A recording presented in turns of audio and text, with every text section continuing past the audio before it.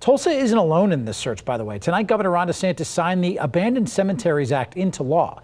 It will create a task force to uncover abandoned African-American cemeteries across the state. Now, that task force will also develop strategies for identifying these ceremonies to preserve their history in the future.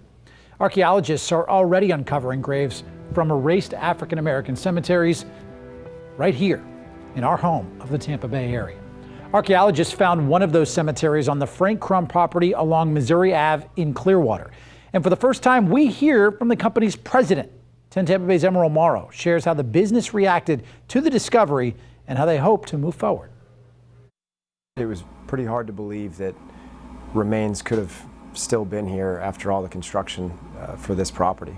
But radar searches and archaeological digs over the last year confirmed 70 graves under parking lots at the FrankCrum headquarters in Clearwater. They allowed us to look at the graves. You could see the remains that were in the ground, and it was pretty surreal. Matt Crum is president of his family's company that specializes in payroll, insurance, and staffing. He says news of the graves halted construction plans for a new building, and they feel a responsibility to get more archaeological testing.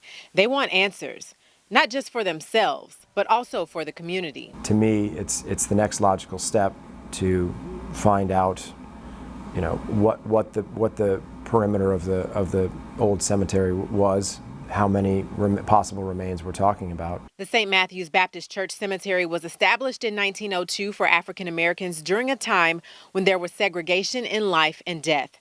The cemetery operated through the 1940s, but in 1955, pressure from developers drove the church to sell the land for $15,000. In 1957, that developer flipped the land for $110,000.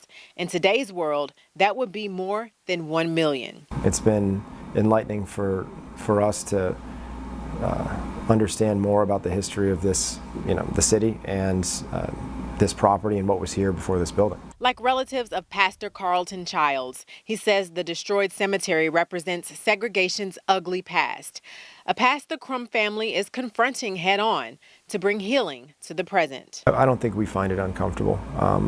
I think we all recognize that something happened back in the 50s, and the fact that remains were left here is an injustice, and I think everybody wants to make that right and try to handle that appropriately. We thank Matt for talking to us on camera. Now, the FrankCrum company says it was not aware of any of the graves when it bought the building 2 decades ago. The company, along with the NAACP, recently asked the city of Clearwater to pay for additional archaeological testing.